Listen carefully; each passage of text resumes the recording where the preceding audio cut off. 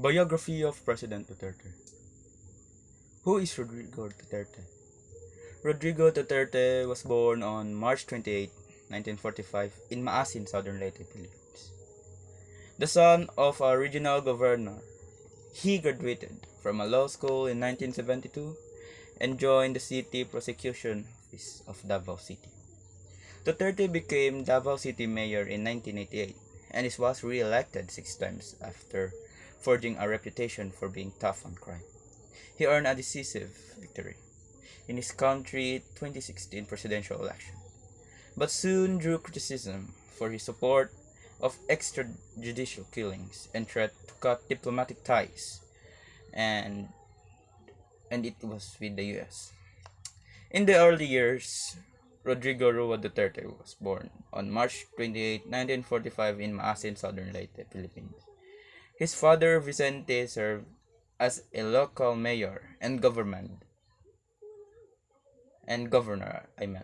and his mother Soledad was a teacher and a community activist. So the prone of his behavior, Duterte was twice expelled from elementary school. He managed to channel his temper somewhat, but the time he attended Lyceum of the Philippines University, where he was influenced by Communist Party of the Philippines founder Jose Maria Sison. Duterte on to study law at San Beda College, earning his degree in 1972, despite his claim that he shot a classmate. Wow. As a Davao City mayor, Duterte rise for the legal ranks.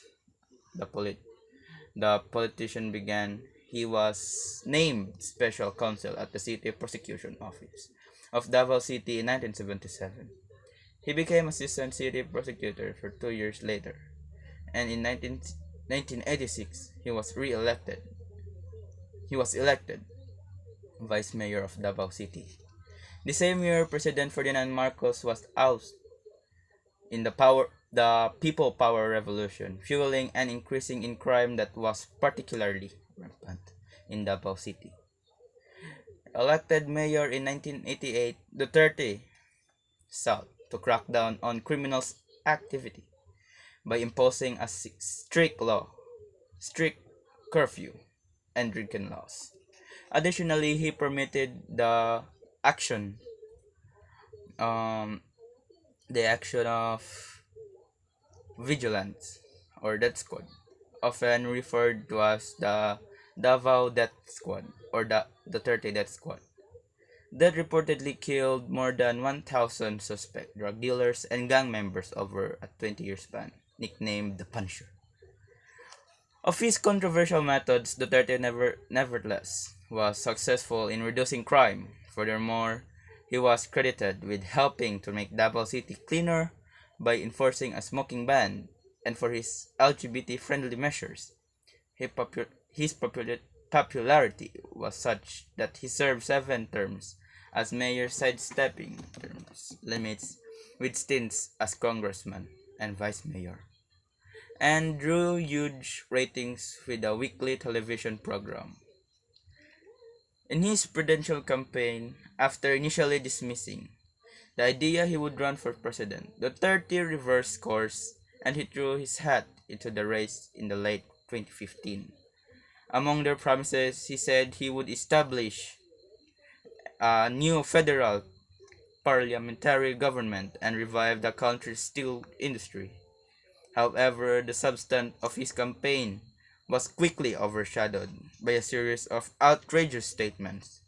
He insisted he would massacre criminals and refused to apologize for a joke about the rape of an Australian missionary. His brashness invited comparison to a Donald Trump who was simultaneously running his own unfiltered campaign for president in the United States. The strategy proved that effective as Duterte nearly doubled the votes compiled by his two closest opponents in May 2016. He was officially named the 16th President of the Philippines and the first from the southern island of Mindanao. Philippine President.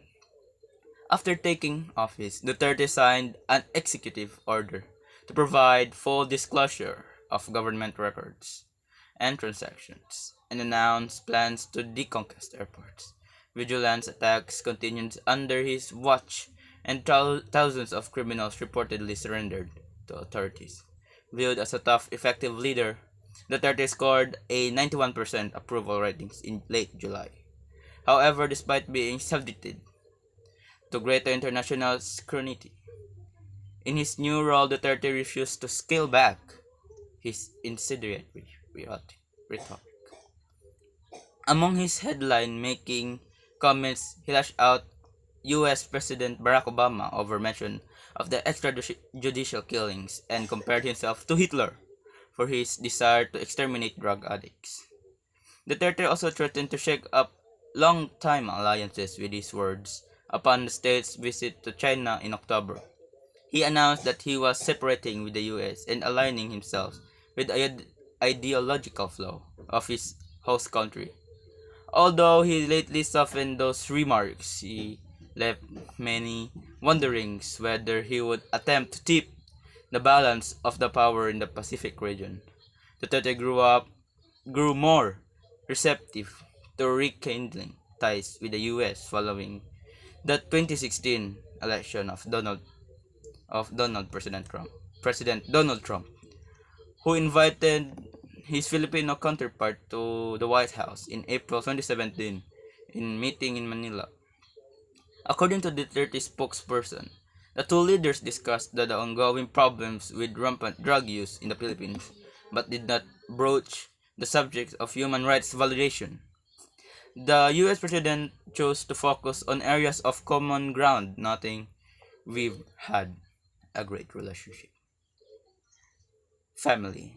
Duterte was married to former flight attendant Elizabeth Zimmerman from 1973 until an annulment was granted in 2000. Two of their three children, Paulo and Sarah, followed their father into politics. Additionally, Duterte has a daughter with his common-law wife, Hanilet Avance Siena. That's all for today, and thank you for watching.